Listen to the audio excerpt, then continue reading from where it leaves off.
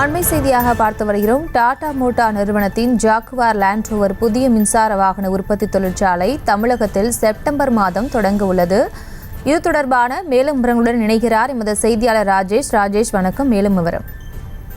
Priyanka, Tata motor நிறுவனத்தினுடைய அந்த Jaguar land rover புதிய மின்சார வாகன உற்பத்தி தொழிற்சாலை தமிழகத்தில் செப்டம்பர் மாதம் தொடங்க இருப்பதாக தகவல் வெளியாகி இருக்கிறது.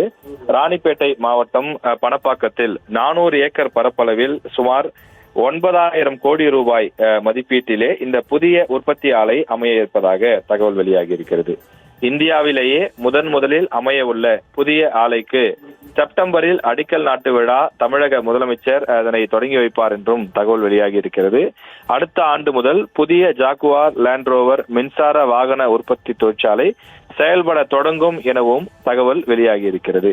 சென்னை பெங்களூரு தொழில் வழித்தடத்தில் புதிய ஆலை அமைய இருப்பது குறிப்பிடத்தக்கது.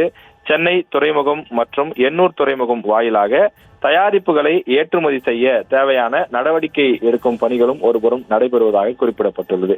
இந்த புதிய நிறுவனத்தின் வருகையால் பலருக்கும் வேலைவாய்ப்பு கிடைக்கும் என்றும் தமிழ்நாட்டினுடைய அந்த தொழில் வளர்ச்சி இன்னும் அடுத்த படிக்கு செல்லும் என்றும் எதிர்பார்க்கப்படுகிறது. விவரங்களுக்கு நன்றி ராஜேஷ். செய்திகளை உடனுக்குடனும் துல்லியமாகவும் தெரிந்து கொள்ள சப்ஸ்கிரைப் பண்ணுங்க.